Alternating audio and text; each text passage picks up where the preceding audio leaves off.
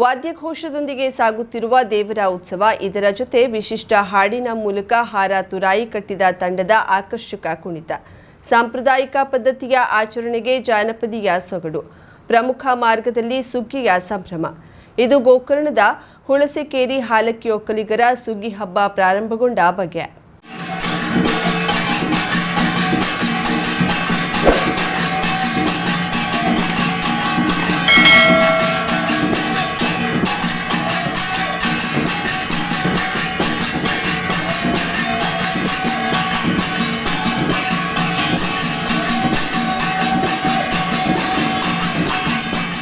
ಗುರುವಾರ ಸಂಜೆ ಅಶೋಕೆ ಅರಸು ಗೌಡರ ಮನೆಯಲ್ಲಿ ಕರಿದೇವರಿಗೆ ಪೂಜೆ ಸಲ್ಲಿಸಿ ತುರಾಯಿ ಕಟ್ಟಿ ಸುಗ್ಗಿ ಕುಣಿತದ ತಂಡ ಗಂಜಿಗದ್ದೆಯ ಜೀವೋತ್ತಮ ಮಠದ ಬಳಿ ಆಗಮಿಸಿತು.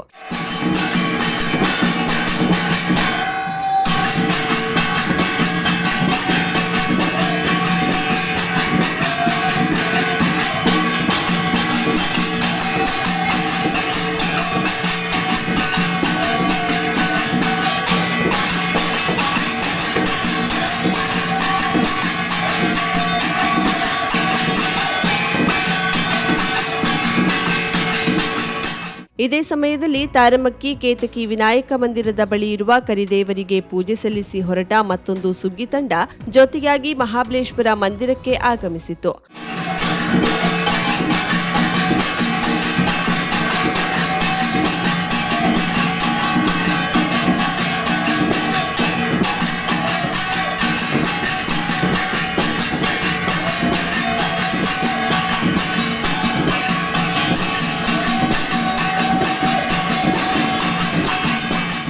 ಶ್ರೀದೇವರಿಗೆ ಪ್ರಥಮ ಸುಗ್ಗಿ ಕುಣಿತದ ಸೇವೆಯನ್ನ ನೀಡಿ ದೇವರ ಉತ್ಸವಕ್ಕೆ ಆಮಂತ್ರಣ ನೀಡಲಾಯಿತು. ಇದೇ ವೇಳೆ ಅರಸು ಗೌಡರಿಗೆ ಮಂದಿರದ ವತಿಯಿಂದ ಪ್ರಸಾದ ನೀಡಿ ಗೌರವಿಸಲಾಯಿತು.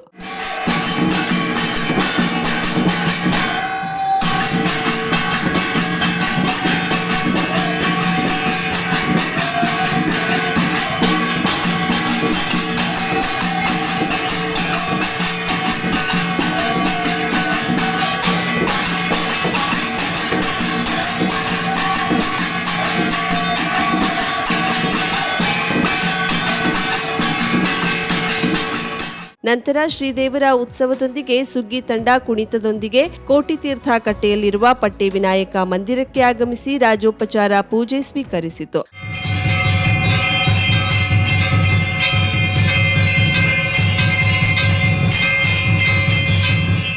ಬಳಿಕ ವಾದ್ಯ ದೀವಟಿಗೆಯೊಂದಿಗೆ ತೋಟಗೇರಿಗೆ ಸಾಗಿ ಅಲ್ಲಿ ನಿಗದಿತ ಸ್ಥಳದಲ್ಲಿ ಅಡಿಕೆ ಮರಕ್ಕೆ ಪೂಜೆ ಸಲ್ಲಿಸಿ ಅಡಿಕೆ ಮರವನ್ನ ಕಡಿದು ತಂದು ಸುಗ್ಗಿ ತಂಡ ಹಾಗೂ ಉತ್ಸವದೊಂದಿಗೆ ರಾತ್ರಿ ಮಹಾಗಣಪತಿ ಮಂದಿರದ ಮುಂಭಾಗಕ್ಕೆ ಆಗಮಿಸಿತು.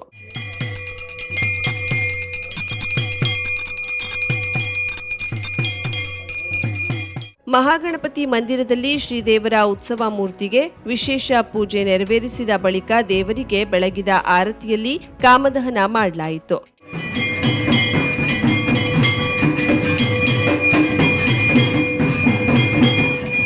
ಈ ಮೂಲಕ ಕಾಮದಮನೋತ್ಸವ ನಡೆಯಿತು. ನಂತರ 12 ಹಳ್ಳಿಯ ಯಜಮಾನರಾದ ಅರಸು ಗೌಡರು ಶ್ರೀದೇವರ ಪ್ರಸಾದ ಸ್ವೀಕರಿಸಿದ ಬಳಿಕ ಸುಗ್ಗಿ ತಂಡ ತಾರಮಕ್ಕಿಗೆ ತೆರಳಿತು. ಇದರೊಂದಿಗೆ ಸುಗ್ಗಿ ಹಬ್ಬಕ್ಕೆ ಚಾಲನೆ ದೊರೆಯಿತು.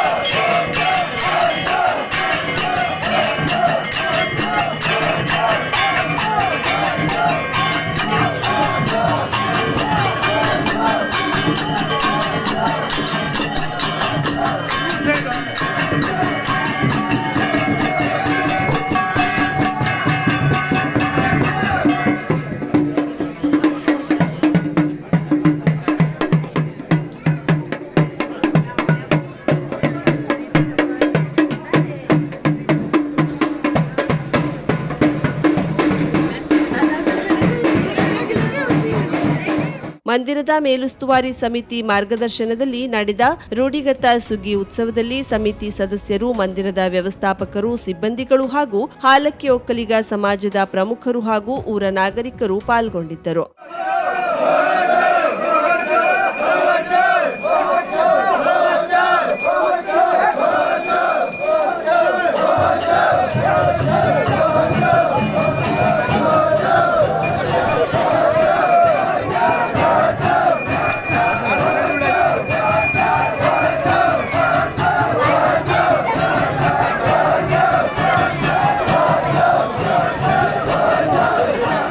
ಕರಾವಳಿ ಮುಂಜಾವು ಡಿಜಿಟಲ್ ನ್ಯೂಸ್, ವಿನಾಯಕ್ ಶಾಸ್ತ್ರಿ, ಗೋಕರ್ಣ.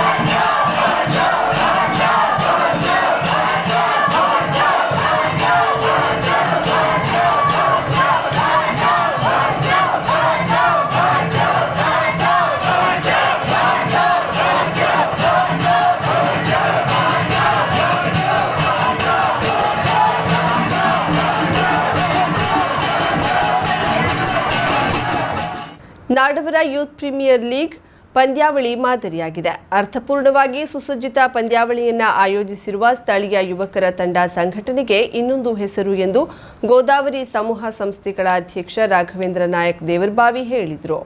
ಅಂಕೋಲ ಭಾಸಗೋಡದ ನಡುಬೇಣದಲ್ಲಿ ನಾಡವರ ಸಮಾಜದ ಯುವಕರ ಸಂಯುಕ್ತ ಆಶ್ರಯದಲ್ಲಿ ಹಮ್ಮಿಕೊಂಡ ಹಾರ್ಟ್ ಟೆನ್ನಿಸ್ ಬಾಲ್ ಕ್ರಿಕೆಟ್ ಪಂದ್ಯಾವಳಿ NYPL ವೇದಿಕೆಯ ಕಾರ್ಯಕ್ರಮವನ್ನು ಉದ್ಘಾಟಿಸಿ ಮಾತನಾಡಿದರು. ಗ್ರೌಂಡ್ ಹಾಗೂ ಎಲ್ಲ ವ್ಯವಸ್ಥೆಯನ್ನ ತುಂಬಾ ಚೆನ್ನಾಗಿ ಮಾಡಿದ್ದಾರೆ. ನಾನು ಕೂಡ ಮೊದಲಿಂದನೂ ನಿಮ್ ಜೊತೆ ಇದ್ದಿದ್ದೆ, ಇನ್ನು ಮುಂದೂ ನಿಮ್ ಜೊತೆ ಇರ್ತೀನಿ. ಮೊದಲನೇದಾಗಿ ಪ್ರಜೆಂಟ್ ಹೇಳಿದ್ದಾರೆ 5 ನಿಮಿಷದ ಕಾರ್ಯಕ್ರಮವನ್ನ ಇವತ್ತು ಮುಗಿಸ್ತಾ ಇದ್ದೀವಿ ಅಂತ. ನಮಗೂ ತುಂಬಾ ಖುಷಿ, ಯಾಕಂದ್ರೆ ನಾನು ವೇದಿಕೆ ಮೇಲೆ ಮಾತಾಡೋದು ತುಂಬಾ ಕಮ್ಮಿ. ಅದೇ ರೀತಿ ನಾನು ನಿಮ್ ಜೊತೆ ಸಂಘಟನೆ ಜೊತೆ ಯಾವಾಗಲೂ ಇದ್ದೇನೆ ಅಂತ ಹೇಳ್ತಾ ಕ್ರೀಡಾಂಗಣ ಉದ್ಘಾಟಿಸಿದ ಕೆಪಿಸಿಸಿ ಮಾಜಿ ಕಾರ್ಯದರ್ಶಿ ಗೋಪಾಲಕೃಷ್ಣ ನಾಯಕ್ ಮಾತನಾಡಿ, ಶಿಕ್ಷಣದ ಜೊತೆಯಲ್ಲಿ ಕ್ರೀಡೆ ಪ್ರತಿಯೊಬ್ಬ ಮನುಷ್ಯನಿಗೂ ಅತ್ಯಂತ ಅಗತ್ಯ. ಸಮಾಜದಲ್ಲಿ ತೊಂದರೆ ಇರುವವರಿಗೆ ನಮ್ಮಿಂದಾದ ಸಹಕಾರವನ್ನ ನೀಡಬೇಕು. ಸಮಾಜವನ್ನ ಒಡೆಯುವ ಕೆಲಸವನ್ನ ಯಾರು ಮಾಡಬಾರದು ಎಂದರು. ಈಗಿನ ಕಾಲದಲ್ಲಿ ಸಮಾಜವನ್ನ ಜೋಡಣೆಗಿಂತ ವಿಂಗಡಣೆ ಮಾಡೋದ್ರಲ್ಲೇ, ಒಡಕು ಹಚ್ಚೋದ್ರಲ್ಲೇ ಇವತ್ತಿನ ವ್ಯವಸ್ಥೆಯಲ್ಲಿ ಇಂಟ್ರೆಸ್ಟ್ ಜಾಸ್ತಿ. ಅಂತ ವ್ಯವಸ್ಥೆಗೆ ನೀವು ಒಂದು ಮಾದರಿ, ಅದನ್ನ ನಾನು ಹೇಳೋಕೆ ಇಷ್ಟಪಡ್ತೇನೆ. ಜೊತೆಗೆ ನಿಮ್ ಜೊತೆ ವೇದಿಕೆ ಹಂಚಿಕೊಂಡಿದ್ದು ಕೂಡ ನಾನು ಹೇಳಿದ್ದೆಲ್ಲೋ ನಮ್ಮ ಲಕ್ಷ್ಮೀಧರ ಒಬ್ಬಗೆ ಸತ್ಯ ಅನಿಸಿರ್ಬೇಕು. ಬಹಳ ಖುಷಿ. ಯಾಕಂತ ಹೇಳಿದ್ರೆ ಸಾಮಾನ್ಯವಾಗಿ 45 ವರ್ಷ ಹಿಂದೆ ಲಕ್ಷ್ಮೀಧರನು ಸಣ್ಣ ಯುವಕರೇ. 45 ವರ್ಷದ ಹಿಂದೆ ಇದೊಂದು ಮಾಡ್ಬೇಕಾದ್ರೆ ನಮ್ಮ ಅಂಕೋಲದಲ್ಲಿ ಈ ತರದ 45 ವರ್ಷದ ಯಾವ ಸಂಘಟನೆನೂ ಇಲ್ಲ. ನನ್ನ ಅನಿಸಿಕೆ ಪ್ರಕಾರ ನೆಕ್ಸ್ಟ್ ತಲೆಮಾರಿನ ಯುವಕರು ಅದನ್ನು ಮಾದರಿಯಾಗಿ ಇಟ್ಟುಕೊಂಡು, ನೀವು ಪ್ರದೀಪ್ ಅಣ್ಣನ್ನೇ ಮಾದರಿಯಾಗಿ ಇಟ್ಟುಕೊಂಡು ಮುಂದಿನ ದಿನದಲ್ಲಿ ಈಗಿನ ಅಂತಾರಾಷ್ಟ್ರೀಯ, ಯಾಕೆ ಕೇಳಿದ್ರೆ ಅಂಕೋಲದಲ್ಲಿ ಇಷ್ಟು ಒಳ್ಳೆ ಕ್ರೀಡಾಂಗಣ ಎಲ್ಲೂ ಇಲ್ಲ. ಎಲ್ಲಾ ವ್ಯವಸ್ಥಿತ ಸುಸಜ್ಜಿತವಾಗಿದೆ. ನ್ಯಾಯವಾದಿ ಪ್ರದೀಪ್ ನಾಯಕ್ ಅಧ್ಯಕ್ಷತೆ ವಹಿಸಿ ಮಾತನಾಡಿ, ಈ ಕ್ರೀಡಾಂಗಣ ಹಲವಾರು ಆಟಗಾರರಿಗೆ ಪ್ರೋತ್ಸಾಹ ನೀಡಿದ ಕ್ರೀಡಾಂಗಣ. ಇಲ್ಲಿ ರಾಜ್ಯ ರಾಷ್ಟ್ರಮಟ್ಟದ ಕ್ರೀಡಾಪಟುಗಳು ಬಂದು ಈ ಕ್ರೀಡಾಂಗಣದ ಕುರಿತಾಗಿ ತಿಳಿಸಿದ್ದಾರೆ ಎಂದರು. ಕಾರ್ಯಕ್ರಮದ ಮುಖ್ಯ ಅತಿಥಿ ನಿವೃತ್ತ ಉಪ ಕಾರ್ಯದರ್ಶಿ ಆರ್ಜಿ ನಾಯಕ್ ಮಾತನಾಡಿ, ನಮ್ಮ ನಾಡವರ ಸಮಾಜ ಪ್ರತಿಯೊಂದು ಕ್ಷೇತ್ರದಲ್ಲಿಯೂ ಮುಂದೆ ಹೋಗ್ತಿದೆ. ನಮ್ಮ ಸಮಾಜಕ್ಕೆ ಗುರುಗಳಿಲ್ಲ, ನಮಗೆ ನಾವೇ ಗುರುಗಳು. ರಾಜಕೀಯ ಕ್ಷೇತ್ರವನ್ನ ಪ್ರವೇಶಿಸಿದ ಮೇಲೆ ಇತರರಿಗೆ ಸಹಕರಿಸುವಂತಹ ಮನೋಧರ್ಮ ನಮ್ಮದಾಗಬೇಕು ಎಂದರು. ನೋಡಿದ ಕೂಡಲೇ ಹಿಂದೆ ಗಿಡಗಂಟಿಗಳಿಂದ ಹುತ್ತುಗಳಿಂದ ಆವೃತವಾದ ಇದು ನಮ್ಮ ಸ್ವಾತಂತ್ರ್ಯ ಯೋಧ ದಿವಂಗತ ಶ್ರೀ ಅನಂತ ನಾಯಕ್ ಅವರು, ನಮ್ಮ ಪೂಜ್ಯ ತನ್ನ MS ನಾಯಕರು ಈ ನಡುಬಣ ಈ ಕ್ರೀಡಾಂಗಣ ನಿರ್ಮಾಣಕ್ಕೆ ನೆರವಾದ ನೆನಪಾಗ್ತದೆ. ಮತ್ತು ಆವಾಗ ನನ್ನ ಈ ಊರ ಬಾಂಧವರು ಇದೊಂದು ಎಲ್ಲರೂ ಕೂಡಿ ಆವಾಗ ಹಣ ಯಾರ ತಿಳಿದಿದ್ರು ಅವರು ತಮ್ಮ ವೇಳೆ ಹಾಗೂ ಶ್ರಮವನ್ನು ದಾನ ಮಾಡಿ ಈ ಒಂದು ಸುಂದರ ತಾಣ ನಿರ್ಮಾಣ ಆಗಲಿಕ್ಕೆ ಕಾರಣ ಆಯಿತು. ಮತ್ತು ಕೀರ್ವಾನಿ ಚಂದ್ರಶೇಖರ್, ವೆಂಕಟೇಶ್ ಪ್ರಸಾದ್, ಕೀರ್ವಾನಿ ಮಾವ, ಹಂಜಾ ಹುಸೇನ್ ಸಿನಿಮಾ ನಟ, ಖ್ಯಾತ ಸಿನಿಮಾ ನಟ, ಸುಪ್ರೀಂ ಕೋರ್ಟ್ ನ್ಯಾಯಾಧೀಶರಾದ ಶಿವರಾಜ್ ಪಾಟೀಲ್ರು ಹಾಗೂ ತೇಜಸ್ವಿ ರಂಗೇಶ್ ಮುಂತಾದ ಅನೇಕರು ಭೇಟಿ ಕೊಟ್ಟಂತಹ ಪುಣ್ಯಕ್ಷೇತ್ರ. ಅದಕ್ಕೆ ಮುಖ್ಯ ಕಾರಣ ಇಲ್ಲಿದ್ದ ಇದು ಪುಣ್ಯಕ್ಷೇತ್ರ, ಯಾಕಂದ್ರೆ ಇದು ಸ್ವಾತಂತ್ರ್ಯ ಯೋಧರ ಇದು ಮತ್ತೆ ಈ ವೇದಿಕೆ ಕರಬಂದಿ ಡಿಕ್ಟೇಟರ್ ಬಾಸ್ಕೋಟ್ ರಾಮ್ ನಾಯಕರ ಸ್ಮರಣಾರ್ಥ ಕೆಟ್ಟಂತಹ ವೇದಿಕೆ. ನಾಡವರ ಒಂದು ಸಮುದಾಯದಿಂದ ಮಾಡ್ತಾ ಇರೋದು ಬಹಳ ಹೆಮ್ಮೆ. ನಾಡವ ಜಾತಿ ಬಹಳ ಚಿಕ್ಕ ಜಾತಿ, ಜನಸಂಖ್ಯೆ ಬಹಳ ಚಿಕ್ಕದು, ನಮ್ಮ ಸಮುದಾಯ ಬಹಳ ಚಿಕ್ಕದು. ಸ್ಮಾಲ್ ಈಸ್ ಬ್ಯೂಟಿಫುಲ್ ಅಂತಾರೆ. ಆದ್ರೆ ನಾಡವರ ಸಾಧನೆ ಮತ್ತು ಪ್ರಖ್ಯಾತಿ ಅದು ವಿಶ್ವವ್ಯಾಪಿ. ಒಂದು ಕೆಲಸ ಹಿಡಿದ್ರೆ ಅದು ಸಾಧಿಸಲೇಬೇಕು, ಸಾಧಿಸಿಯೇ ಮನೆಗೆ ವಾಪಸ್ ಹೋಗುದು. ವಾಮ ಮಾರ್ಗವೋ ರಾಜಮಾರ್ಗವೋ ಗೊತ್ತಿಲ್ಲ, ಮತ್ತೆ ನೋಡೋಣ. ಇದು ನಾಡವರ ಒಂದು ಸ್ವಭಾವ. ಇನ್ನೊಂದು ನಮ್ಮ ನಾಡವರ ಒಂದು ಯುನಿಕ್ ಫೀಚರ್ ಏನಂತ ಹೇಳಿದ್ರೆ, ನಮಗೆ ಗುರು ಇಲ್ಲ. ಎಲ್ಲಾ ಜಾತಿಯಲ್ಲೂ ಗುರುಗಳು, ಸ್ವಾಮೀಜಿಗಳು ಪಾದ ಹಿಡಿಯುವಂತ ಪಾದ ಹಿಡಿದು ತಿರುಗಾಡ್ತಾರೆ. ನಮ್ಮ ನಾಡವರು ಪಾದ ಹಿಡಿಯುವ ಜಾತಿ ಅಲ್ಲ. ನಾವು ಗುರು ಅಂದ್ರೆ ಗುರು ಅನ್ನೋ, ಅವರವರೇ ಗುರು. ಇದು ನಾಡವರ ಒಂದು ಸ್ವಭಾವ, ಗುಣ. ರಜತ್ ನಾಯಕ್ ಸ್ವಾಗತಿಸಿದ್ರು. ಪತ್ರಕರ್ತ ಸುಭಾಷ್ ಕಾರೆಬೈಲ್ ನಿರ್ವಹಿಸಿದ್ರು. ಭುವನ್ ನಾಯಕ್ ವಂದಿಸಿದ್ರು. ಆಗಮಿಸಿದ ಸರ್ವರಿಗೂ ಶ್ರೀಮದ್ ಭಗವದ್ಗೀತಾ ಪುಸ್ತಕವನ್ನ ವಿತರಿಸಲಾಯಿತು. ಪ್ರಮುಖರಾದ ಗೋಕುಲ್ ನಾಯಕ್, ಸನತ್ ನಾಯಕ್, ಅಕ್ಷಯ್ ಗಾಂವ್ಕರ್, ರಜತ್ ನಾಯಕ್ ಮತ್ತಿತರರು ಸಹಕರಿಸಿದ್ರು. ಗೋಪಾಲಕೃಷ್ಣ ನಾಯಕ್ ಕ್ರೀಡಾಂಗಣಕ್ಕೆ ಪೂಜೆ ಸಲ್ಲಿಸುವುದರ ಮೂಲಕ ಪಂದ್ಯಾವಳಿ ಆರಂಭವಾಯಿತು. Nadavara alliance, Nadavara diamonds, Nadavara panthers, Nadavara bulls, Nadavara royals, Nadavara riders, Nadavara kings, Nadavara hunters ತಂಡಗಳು ನಾಡವರ ಯುವಕರ ಮಾಲಕತ್ವದಲ್ಲಿ ಕ್ರೀಡೆಯಲ್ಲಿ ಪಾಲ್ಗೊಂಡವು. Karavali Munjavu digital news, Subhash Karebail, Ankola. ರಾಜ್ಯದಲ್ಲಿ ಸುರಕ್ಷತೆಯ ದೃಷ್ಟಿಯಿಂದ ವಿಧಿಸಲಾಗಿರುವ ನಿರ್ಬಂಧಗಳಿಂದ ಪ್ರವಾಸಿಗರ ನೆಚ್ಚಿನ ತಾಣವಾದ ಉತ್ತರ ಕನ್ನಡ ಜಿಲ್ಲೆಯಲ್ಲಿ ಆಕರ್ಷಣೀಯ ನೈಸರ್ಗಿಕ ಸ್ಥಳಗಳನ್ನು ನೋಡಲಾಗದ ಪರಿಸ್ಥಿತಿ ಇದೆ. ಇಂತಹ ನಿರ್ಬಂಧಗಳಿಗೆ ಕೊಂಚ ಬ್ರೇಕ್ ಹಾಕಿ ಚಾರಣಾ ಪ್ರಿಯರಿಗೆ 32 ಸ್ಥಳಗಳಿಗೆ ಅವಕಾಶ ಕಲ್ಪಿಸಲು ಉತ್ತರ ಕನ್ನಡ ಜಿಲ್ಲಾಡಳಿತ ಮುಂದಾಗಿದೆ. ಈ ಕುರಿತು ಮಾಹಿತಿ ನೀಡಿದ ಜಿಲ್ಲಾಧಿಕಾರಿ ಕೆ ಲಕ್ಷ್ಮೀಪ್ರಿಯ, ಅರಣ್ಯ ಇಲಾಖೆಯ ಸರ್ವೆ ಪ್ರಕಾರ ಜಿಲ್ಲೆಯಲ್ಲಿ 32 ಹೊಸ ಟ್ರೆಕ್ಕಿಂಗ್ ಮಾರ್ಗಗಳನ್ನು ಗುರುತಿಸಲಾಗಿದೆ. ಈ ಮಾರ್ಗಗಳಲ್ಲಿ ಚಾರಣಕ್ಕೆ ಅನುಮತಿ ನೀಡುವಂತೆ ಪ್ರಧಾನ ಮುಖ್ಯ ಅರಣ್ಯ ಸಂರಕ್ಷಣಾಧಿಕಾರಿಗಳಿಗೆ ಮನವಿ ಪತ್ರ ಕಳುಹಿಸಲಾಗಿದೆ. ಅವರಿಂದ ಅನುಮತಿ ಸಿಕ್ಕ ಬಳಿಕ ಅನುಭವಿ ಮಾರ್ಗದರ್ಶಿಗಳೊಂದಿಗೆ ಈ ಮಾರ್ಗಗಳಲ್ಲಿ ಟ್ರೆಕ್ಕಿಂಗ್ ಮಾಡಲು ಅವಕಾಶ ಕಲ್ಪಿಸಲಾಗುವುದು. ಇದುವರೆಗೂ ನಿಷೇಧಿತವಾಗಿದ್ದ ಅನೇಕ ಪ್ರದೇಶಗಳನ್ನು ಈ ಮೂಲಕ ಅನ್ವೇಷಿಸಲು ಸಾಧ್ಯವಾಗಲಿದೆ. ಈ ಚಾರಣದ ಬಗ್ಗೆ ಜಿಲ್ಲಾಡಳಿತ ವೆಬ್ಸೈಟ್ ಮತ್ತು ಪ್ರವಾಸೋದ್ಯಮ ಇಲಾಖೆ ಕಮಿಟಿ ಮುಖಾಂತರ ಪ್ರಚಾರ ಮಾಡಲಾಗುವುದು ಎಂದರು. ಚಾರಣ ಸ್ಥಳಗಳನ್ನ ಅರಣ್ಯ ಇಲಾಖೆಯು ನಿರ್ವಹಣೆ ಮಾಡುತ್ತಿದೆ. ಜಿಲ್ಲೆಯಲ್ಲಿ 72% ಅರಣ್ಯವಿದ್ರೂ ಅಧಿಕೃತವಾಗಿ ಒಂದೇ ಚಾರಣ ಪಥವಿತ್ತು. ಕುಳಗಿ ನೇಚರ್ ಕ್ಯಾಂಪ್ನಲ್ಲಿ ಮಾತ್ರ ಚಾರಣಕ್ಕೆ ಅವಕಾಶ ಕಲ್ಪಿಸಲಾಗಿತ್ತು.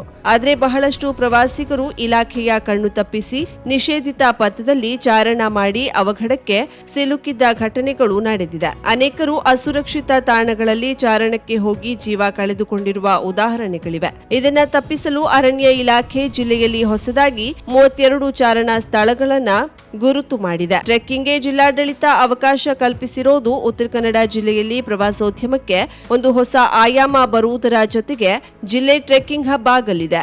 ಅಲ್ಲದೆ ನಿಸರ್ಗ ಪ್ರಿಯರು ಹಾಗೂ ಅಧ್ಯಯನ ಮಾಡುವವರಿಗೂ ನಿಜಕ್ಕೂ ಪ್ರೇರಣೆ ನೀಡಿದಂತಾಗುತ್ತದೆ. ಆದರೆ ಟ್ರೆಕ್ಕಿಂಗ್ ಸಂಪೂರ್ಣವಾಗಿ ಅರಣ್ಯ ಇಲಾಖೆಯವರ ಮೂಲಕವೇ ನಡೆಯಬೇಕು. ಟ್ರೆಕ್ಕಿಂಗ್ ಸ್ಥಳಗಳ ಸುರಕ್ಷತೆ, ಸ್ವಚ್ಛತೆಗೆ ಹೆಚ್ಚಿನ ಆದ್ಯತೆ ಕೊಡುವುದರ ಜೊತೆಗೆ ಮೋಜು ಮಸ್ತಿ ಹಾಗೂ ಅನೈತಿಕ ಚಟುವಟಿಕೆಗಳ ಮೇಲೆ ಸಂಪೂರ್ಣವಾಗಿ ನಿಗಾ ವಹಿಸಬೇಕೆಂದು ಪರಿಸರ ಪ್ರೇಮಿಗಳು ಆಗ್ರಹಿಸಿದ್ದಾರೆ. ನಮ್ಮ ಡಿಸ್ಟ್ರಿಕ್ಟಲ್ಲಿ ಸಾಕಷ್ಟು ಟ್ರೆಕ್ಕಿಂಗ್ ರೂಟ್ಸ್ ಫಾರೆಸ್ಟ್ನಲ್ಲಿ ಇರೋದ್ರಿಂದ ನಮ್ಮ CCF ಸರ್ ಐಡೆಂಟಿಫೈ ಮಾಡಿಕೊಂಡು ಅಲ್ಲಿ ಟ್ರೈನಿಂಗ್ಸ್ ಎಲ್ಲ ಮಾಡಿಕೊಂಡು ನೇಚರ್ ಗೈಡ್ ಅಂತ ಅಲ್ಲಿ ಟ್ರೆಕ್ಕಿಂಗ್ ಕರ್ಕೊಂಡು ಹೋಗೋವರೆಗೆ ಟ್ರೈನಿಂಗ್ ಎಲ್ಲ ಮಾಡಿಕೊಂಡು ಆಲ್ಮೋಸ್ಟ್ ಒಂದು 32 ರೂಟ್ಸನ್ನು ಫೈನಲ್ ಮಾಡಿದ್ದಾರೆ. ಆ ರೂಟ್ಸನ್ನು ಅಪ್ರೂವ್ ಮಾಡೋದಕ್ಕೆ ಸ್ಟೇಟ್ ಲೆವೆಲಲ್ಲಿ ಪರ್ಮಿಷನ್ ತಗೊಳ್ಬೇಕಾಗುತ್ತೆ. PCCF ಇಂದ ಅಪ್ರೂವಲ್ ತಗೋಬೇಕಾಗುತ್ತೆ. ಸೊ ಅಪ್ರೂವಲ್ಗೆ ಅಲ್ಲಿ ಕಳಿಸಿದ್ದಾರೆ. ಒನ್ಸ್ ಇಟ್ ಇಸ್ ಅಪ್ರೂವ್ಡ್ ಇಷ್ಟು ರೂಟ್ಸು ಆಥರೈಸ್ಡ್, ಬೇರೆ ಯಾವ ಕಡೆನೂ ಅಲೌಡ್ ಇಲ್ಲ, ಇಷ್ಟು ರೂಟ್ಸ್ ಅಲ್ಲಿ ಮಾತ್ರ ಅಲೌಡ್ ಇದೆ. ಇಲ್ಲಿ ಹೋಗೋದಕ್ಕೆ ಟ್ರೈನ್ ಪರ್ಸನಲ್ ಇದ್ದಾರೆ, ಅವ್ರ ಥ್ರೂನೇ ನೀವು ಬುಕಿಂಗ್ ಮಾಡಿಸ್ಕೊಂಡು ಹೋಗಿ ಅಂತ ನಮ್ಮ ವೆಬ್ಸೈಟ್ ಅಲ್ಲಿ ಮತ್ತೆ ಟೂರಿಸಂ ಕಮಿಟಿಯಿಂದ ಪ್ರಚಾರವನ್ನು ಕೂಡ ಮಾಡ್ತೀವಿ. ಇದು ಕೂಡ ಶಾರ್ಟ್ಲಿ ಅಪ್ರೂವ್ ಆಗುತ್ತೆ. ಒನ್ಸ್ ಅಪ್ರೂವ್ಡ್ ಅದರದ್ದು ಡೀಟೇಲ್ಸ್ ನಾವು ಶೇರ್ ಮಾಡ್ತೀವಿ, ಇನ್ಕ್ಲೂಡಿಂಗ್ ಪ್ರೆಸೆಂಟ್ ರೂಟ್ಸ್ ಎಲ್ಲಿ ಸೇಫ್ ಇದೆಯೋ ಬೇರೆ ರೂಟ್ಸ್ ಆ್ಯಡ್ ಮಾಡಿಕೊಂಡು ಟೋಟಲ್ ಮಾಡಿದ್ದಾರೆ. ನಂಬರ್ಸ್ ಎಕ್ಸಾಕ್ಟ್ಲಿ ನನ್ನ ಹತ್ರ ಇಲ್ಲ. ಫಾರೆಸ್ಟ್ ಇಲಾಖೆಯಿಂದ PCCFಗೆ ಅಪ್ರೂವಲ್ಗೆ ಕಳಿಸಿದ್ದಾರೆ.